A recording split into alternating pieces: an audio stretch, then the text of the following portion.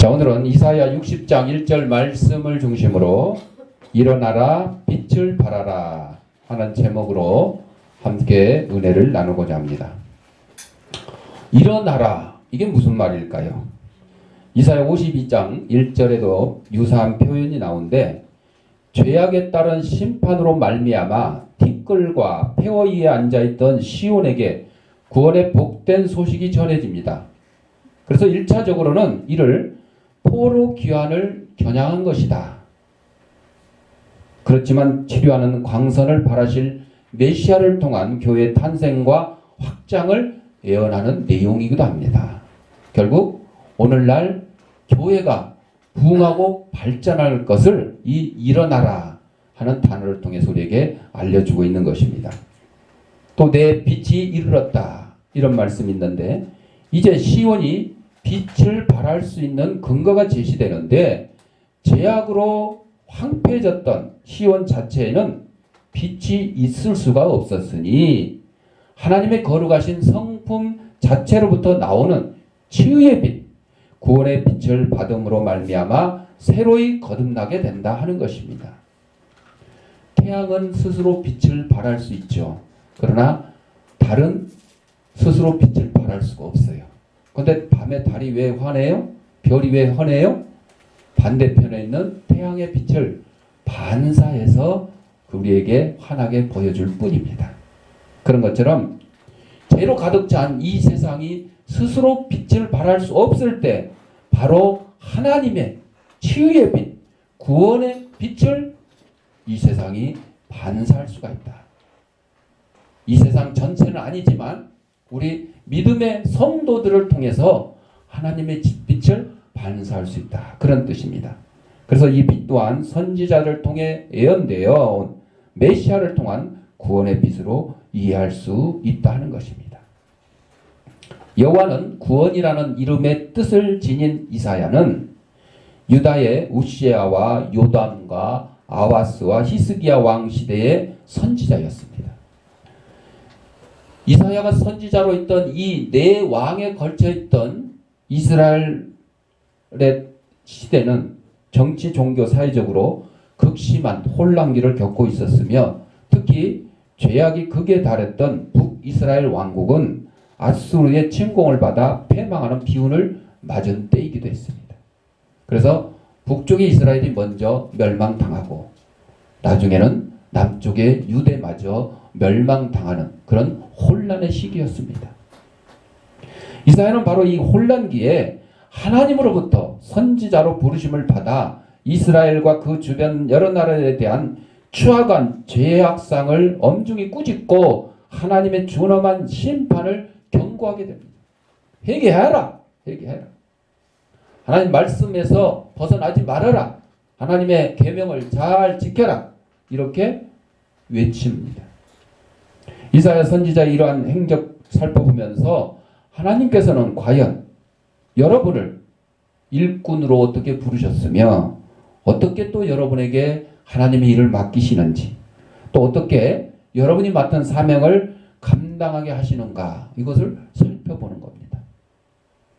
이사야 선지자에게 선지자의 사명을 주시고 나가서 이스라엘과 그 주위 사람들에게 경고의 메시지를 전하라고 한 것처럼, 오늘 하나님께서는 저와 여러분에게 사명을 맡기셨어요. 무슨 사명이겠어요? 복음을 전하는 전도의 사명을 맡기셨어요. 그래서 여러분 주위에 사랑하는 가족이나 이웃이나 친척이나 동네 사람들 중에 예수를 안 믿는 사람들이 있으면 어떻게 해야 되고요? 전도해야 된다는 겁니다. 그거를 오늘 이 이사야 60장 1절 말씀, 제목 일어나라 빛을 발하라. 누가 일어나야 되겠어요? 우리, 저와 여러분들이 일어나야 됩니다. 빛을 발하라. 무슨 빛을 발해요? 예수 그리스도의 십자가의 빛, 하나님 아버지의 구원의 빛을 온 세상 사람들에게 보여줘야 돼요. 나는 가진 빛이 없어요. 하나님의 빛이 내게 비추사 그 빛을 세상 사람을 향해서 반사하게 하는 그런 거울과 같은 역할을 여러분이 감당하시면 되는 것입니다. 어떤 의료 선교사의 간증을 소개한 글인데, 의사로서 선교사로서 동남아시아에서 사역하는 분으로 그가 예수님을 믿게 된 동기에 대해서 다음과 같이 간증을 했습니다. 그가 몹시도 공부에 지쳐서 피로한 몸을 이끌고 학교 식당에 들어간 어느 날 그 식당 한 구석에 평소에 존경하던 교수님 한 분이 앉아있는 것을 봤습니다. 그 교수님은 식사를 하기 전에 기도하고 있었는데 그 모습이 그렇게 평안해 보일 수가 없었습니다. 그리고 그분이 가지고 있는 그 안식이 그렇게 부러워 보일 수가 없었다는 것입니다. 또 그분이 가진 청결한 삶의 모습이 그 선교사 되었던 그 학생에게 얼마나 감동적이었는지 모릅니다. 그리고 그는 문득 그 교수님처럼 예수님을 믿고 싶다는 생각이 들었습니다. 그래서 교수님에게 다가가서 신앙에 관한 얘기를 했습니다.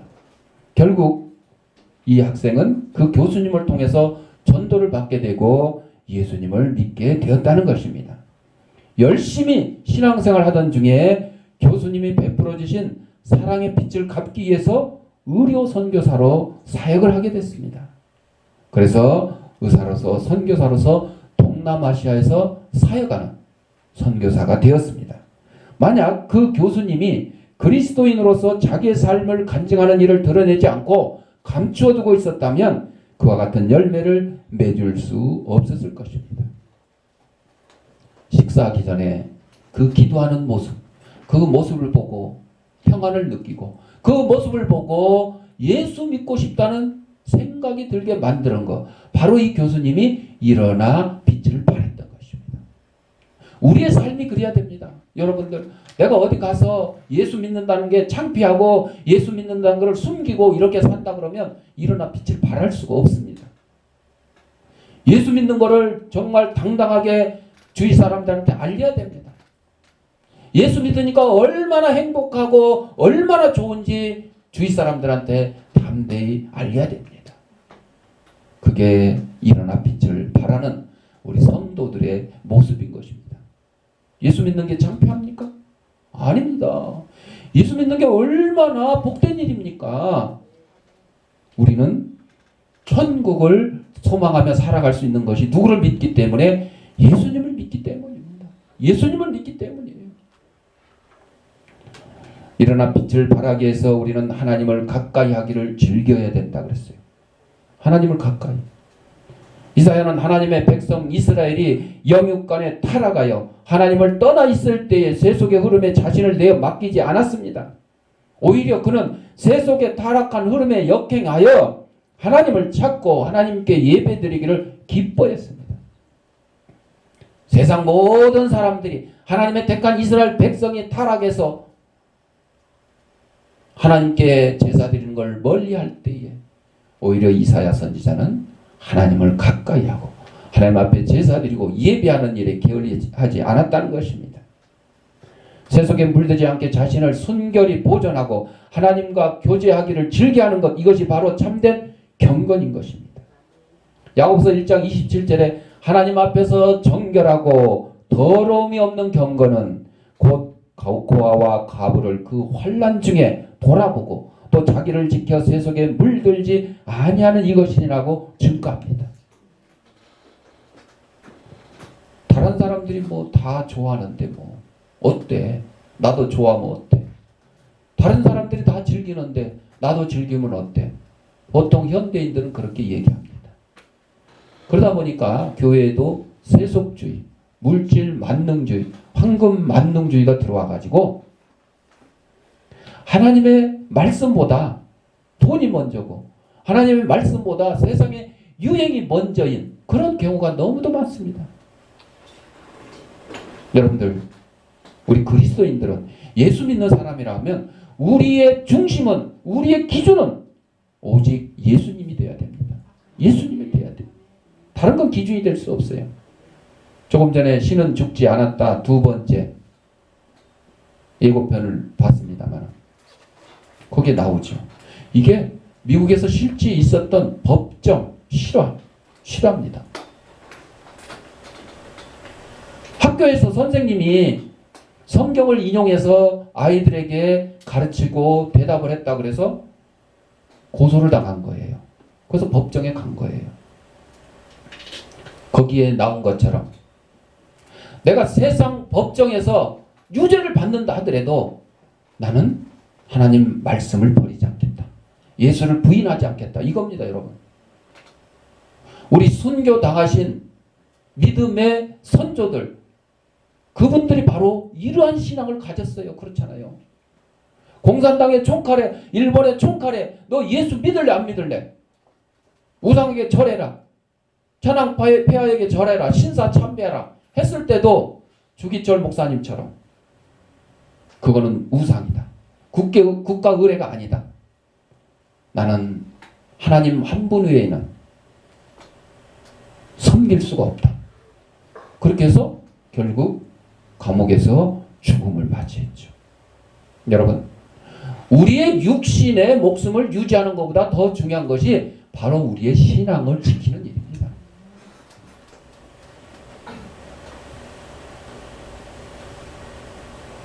정녕 하나님은 날마다 여러분을 찾고 하나님과 가까이 하기를 소원하는 자를 만나주시고 그에게 영육간의 충만한 은혜로 채워주신다는 것입니다. 그러니까 우리의 삶이 하나님을 섬기고 예수님을 믿는 그 신앙이 우리의 삶 자체에서 그대로 드러나야 된다는 겁니다. 따로 놀아서는 안 된다는 거예요.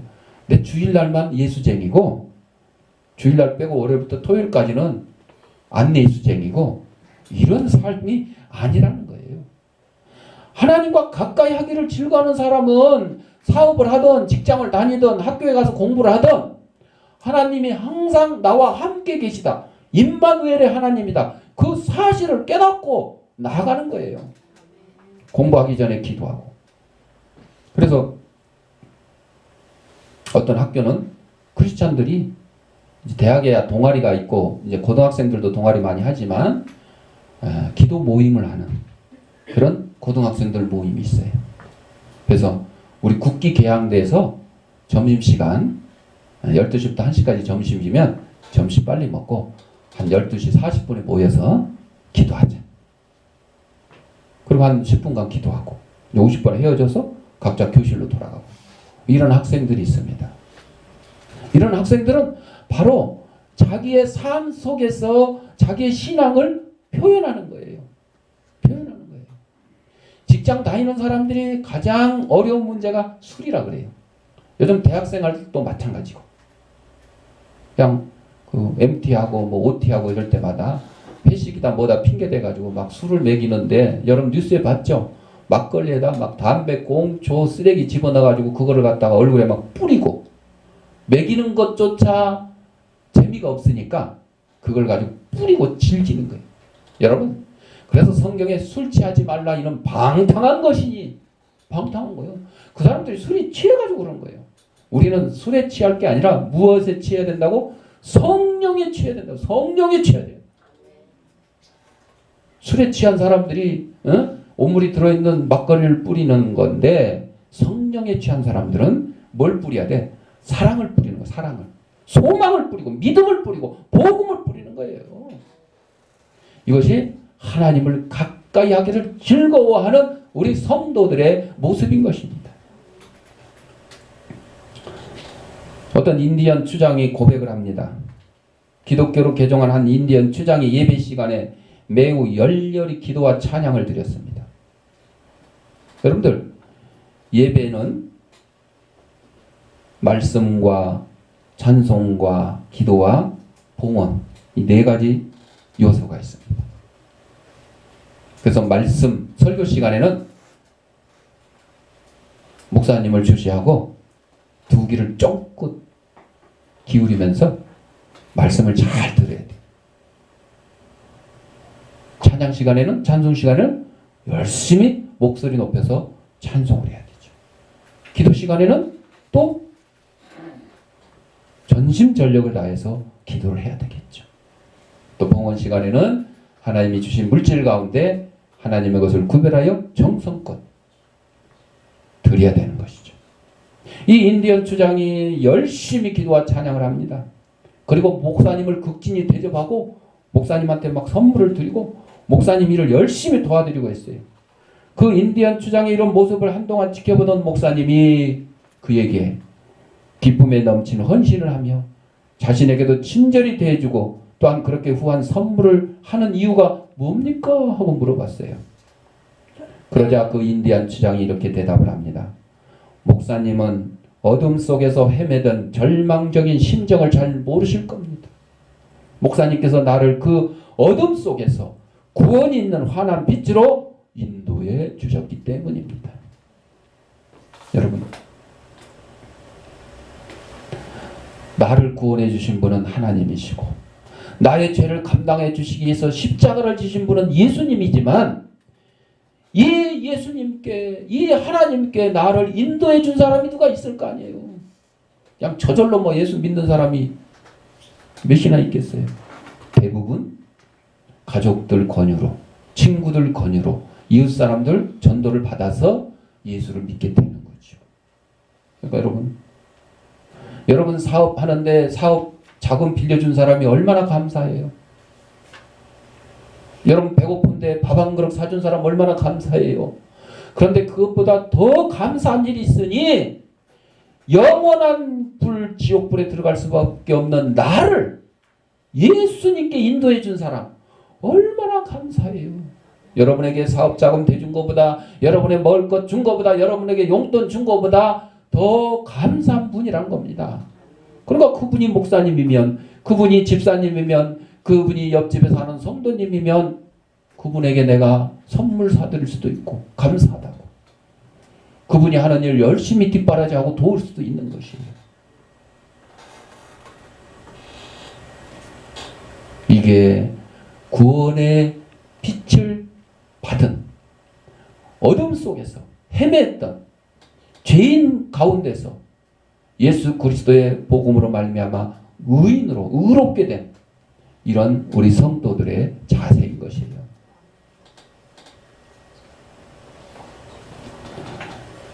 우리는 일어나 빛을 발하게 해서 첫째 하나님을 가까이 하기를 즐거워해야 된다고 그랬고, 두 번째로 하나님과 자신의 간격을 깨달아야 돼요. 하나님과 나의 간격이 1m인가 10m인가 16만 킬로미터인가 좀 깨달아야 돼요. 이사야가 하나님을 즐겨 찾았지만 정작 하나님의 임재를 인식하는 순간 심히 두려워하며 떨었습니다.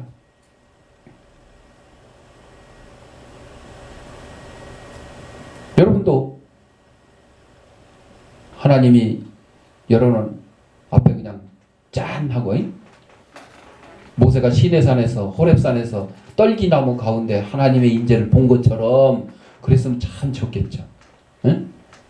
그랬으면 내가 그냥 그동안 좀 하나님 앞에 충성하지 못한 거 다 회개하고 그냥 정말 그냥 죽기 살기로 그냥 충성을 하고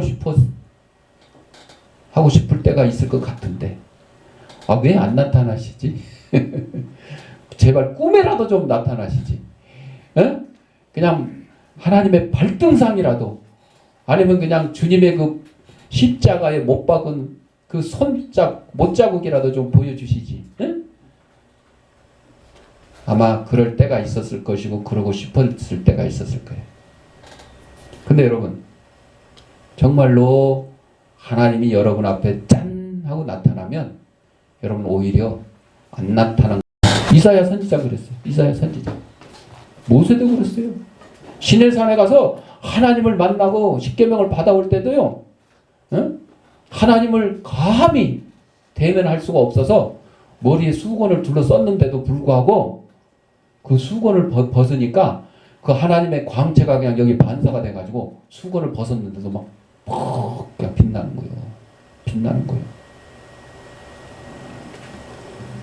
그래서 하나님 뵙기를 간구한 이사야 선지자들도 마침 하나님이 임재하는 그 순간 너무도 두렵고 떨었어요.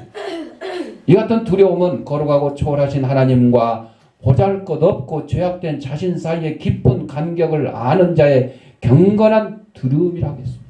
경건한 두려움.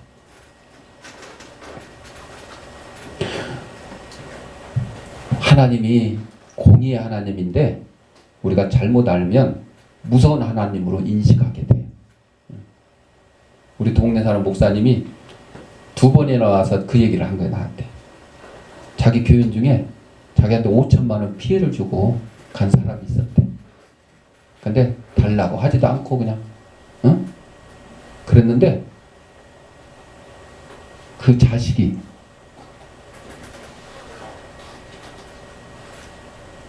장애인이 됐대. 그래서 이 목사님이 생각에는 내가 가만히 있어도 하나님께서 벌을 줄 자는 알아서 벌을 주시구나. 그래서 이 목사님이 하나님은 무서운 하나님이시구나 이렇게 느꼈대. 그래서 내가 하나님이 뭘 무서워요. 공의의 하나님이지. 공의의 하나님. 공의라는 것은요, 옳고 그름, 정의를 하수같이. 그래서 신명기에서 말씀하신 것처럼 28장 1절부터 14절까지 복의 말씀, 15절부터 끝절까지 저주의 말씀하신 것처럼 하나님 말씀 순종하는 자에게 복을 내리시고 불순종하는 자에게는 저주를 내리신다. 그 저주가 여러분 무서운 하나님이 아니고 공의의 하나님이신 거예요. 공의의 하나님. 그래서 하나님의 율법은, 하나님의 법은 지키지 못할 사람들을 위해서 있는 거예요. 응? 아니 그냥 하나님 말씀 잘 지키는 사람에게 뭐 주의를 거룩히 지켜라, 여호와 이름을 망령되이 일컫지 말라, 살인하지 말라, 더럽지 말라, 이런 말씀 소용이 있어요, 없어요? 소용없어요. 하나님 말씀 잘 원래 순종하는 사람은. 그런데 그거를 어기려는 사람, 안 지키려고 하는 그런 사람들에게 그게 필요한 거예요, 여러분. 교통법규가 도로교통법을 잘 지키는 사람에게 원래 필요 없어요. 경찰도 필요 없어요. 왜? 빨간 신호에 딱 정지선 가서 서고 파란 신호 떨어지면 그냥 가는 게 아니라 주위에 또 다른 차가 혹시 신호 위반하고 오는지 안 오는지까지 다 방어 운전해 가면서 가는 거예요. 이런 사람에게는요, 교통법규도 필요 없고 교통경찰도 필요 없어요. 알아서 잘 지키니까. 그래서 사람들이 이런 사람들을 뭐가 없어도 되는 사람? 법이 없어도 되는 사람이라고 그래요. 일명 무법자. 법이 없어도. 근데 우리가 아는 무법자는 그런 무법자가 아니에요. 법을 아주 무시하고 그냥 지멋대로 사는 사람을 우리가 보통 무법자라고 그러지. 법은 모르고 뭐가 가까워? 주먹이 가까워지고 그냥 지 하고 싶은 대로 막 주먹 내밀고 이렇게 사는 사람들을 우리가 보통 무법자라고 그러지. 그러나 진정한 무법자는 법이 필요 없을 정도로 잘 질서도 지키고 법도 지키고 이웃 사람도 배려하고 돕고 이해하고 이렇게 사는 사람을 얘기하는 것입니다.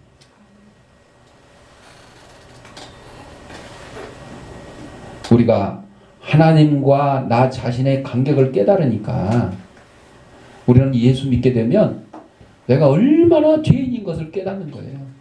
예수 믿기 전에는 그냥 내가 나 죄 진 거 없어. 있는데도 없다고 그런 거예요. 있는데도 없다고 그래요.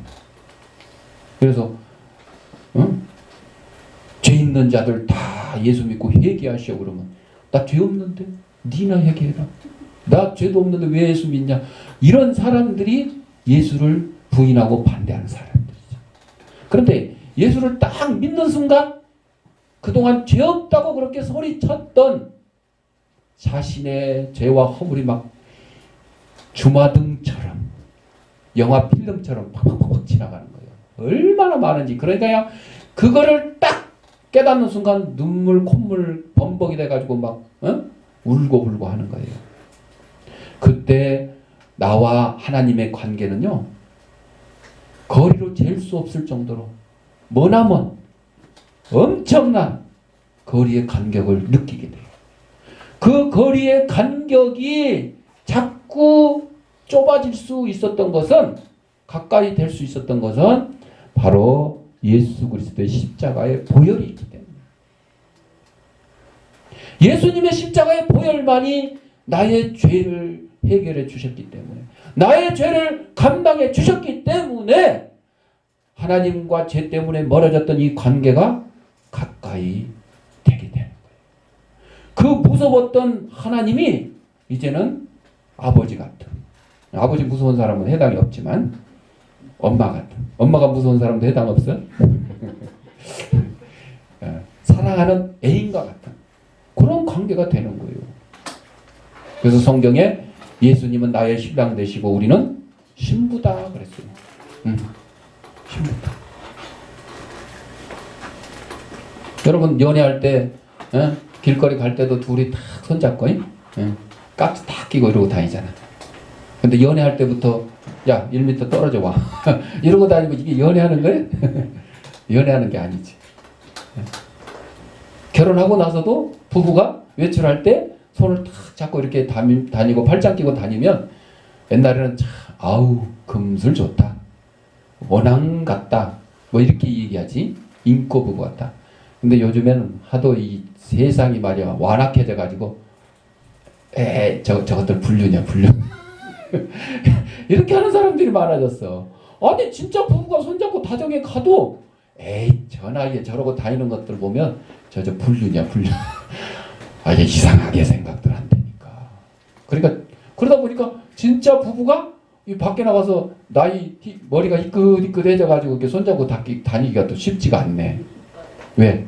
그걸 잘못된 색안경 쓰고 보는 사람도 있을까봐 그런데. 여러분들 바로 그거예요. 예수 믿는 사람이 내가 예수 믿습니다 하고 세상 사람들 앞에 직장 사람들 앞에 거래처에 막 이렇게 하고 다니면 에이 저거 불륜이야 불륜. 사랑이 아니고 노면서가 아니고 불륜이야. 이렇게 할까봐 숨기는 예수쟁이들이 많다는 거죠. 숨기는. 그리고 예수 믿는 것 때문에 오히려 직장 생활하는데 지장이 있을까봐. 아이고 저 예수쟁이는 저 술도 안 먹고 저 노래도 안 부르고 그러니까 저 회식 자리 데리고 가지도만. 제 진급시키지도만. 이런 일이 있을까봐 숨기는 경우도 있다는 거죠. 여러분들 그래서는 안 돼요. 아 그까짓거 회식 자리 뭐 안 부르면 어때요? 진급 안 시켜주면 어때요? 나의 주인은 오직 하나님이시며 나는 영원한 천국 영생을 소유한 그런 하나님의 백성으로서의 삶을 살아가는 겁니다. 친구 없으면 어때요? 교회 다닌다고 왕따 시키면 어때요? 상관없습니다. 여러분. 여러분이 먼저 친구가 되어주고 여러분이 먼저 이웃 사람들 이해해주고 배려해주고 돌봐주면 되는 것입니다. 정녕 이러한 경건한 두려움은 이 인생에게 참으로 유익한 것이에요. 정말 내가 죄인인 걸 깨닫고 하나님과 내 사이가 죄 때문에 가로막혔고 나는 감히 하나님 앞에 나갈 수 없는 그런 존재다. 이렇게 깨닫는 거. 이게 경건의 두려움. 이거는 유익한 거라 그랬어. 그냥 단순히 아유 하나님 무서운 분이야. 말 안 들으면 그냥 확 벌 주고 막 천벌을 내리시고 막 그냥 이렇게 생각하는 그런 분이 아니고 왜냐하면 이 같은 경건한 두려움이야말로 자신의 허물과 죄악을 돌아보게 만들고 또 하나님 앞에서 과연 어떻게 살아야 마땅한 것을 깨우쳐 주기 때문이에요. 이런 경건한 두려움이 없는 사람은 그냥 예수를 믿어도 그냥 지멋대로 믿고 지멋대로 사는 거예요. 사는지 죽는지도 모르고. 더욱이 하나님과 자신의 간격을 아는 자만이 겸손한 자세로 하나님의 영광을 위해 온 생애를 불태울 수 있기 때문입니다. 사랑하는 성도 여러분, 하나님께 부르심을 받은 사람은 모두가 죄인이요 하나님의 동역자로 부름받기에 부족한 인격들입니다. 여러분, 교회 돈 많고 똑똑하고 이쁘고 잘난 사람들만 모이는 것이 교회입니까? 아닙니다. 하나님 앞에 부족하고 죄 많고 허물 많고 가진 거 없고 못생기고 남들이 미워하고 싫어하고 냄새나고 더럽고 추한 그런 사람들이 하나님 앞에 나와서 자기의 죄를 회복하고 예수 그리스도의 십자가의 보혈로 의롭다함을 받는 천국의 영생을 소망하게 되는 그런 사람들이 모인 곳이 교회입니다. 돈 없다고 교회 오지 말라 그러고 못생겼다고 오지 말라 그러고 좋은 학교 안 다니고 좋은 직장 안 다닌다고 너 교회 오지 말라 그런 교회는 교회가 아닙니다. 그런 교회가 있다 그러면요 침묵해. 예? 예를 들어 주양교회가 아니고 주양침묵회. 돈 많은 사람들끼리 모여서 좋은 취미 가진 사람들끼리 모여서 이쁜 사람들끼리 모여서 침묵을 하는 것이요. 그런 교회라고 할 수가 없습니다. 예수님이 말씀하셨어요. 의사는 누구에게 필요했어요? 환자에게 필요가 있어요. 건강한 사람은 의사가 필요 없어요. 그래서 예수님이 이 땅에 의인을 부르러 온 것이 아니라 죄인을 불러 회개시키러 왔노라. 예. 치료가 필요한 환자에게 의사가 필요하듯이 예수님께서 죄인된 우리를 회개시키러 오셨다 그랬어요. 하나님께 부르심을 받은 사람들이 모두 죄인이고 하나님의 동역자로 부름받기에 부족한 인격들이라고 했습니다. 그럼에도 하나님은 그러한 자를 은혜로 부르시고 당신의 거룩한 역사에 동참시켜 주셨습니다. 우리 모두는 이 같은 영광에 참여한 자들입니다. 따라서 우리는 비록 나 자신은 할 수 없지만 하나님은 나를 능하게 하시며 나를 통하여 하나님은 반드시 영광을 받으신다는 이런 확신을 가지고 여러분에게 주어진 조그만 것 사명 하나라도 잘 감당하며 충성하는 저와 여러분이 되시기를 바랍니다. 기도하겠습니다.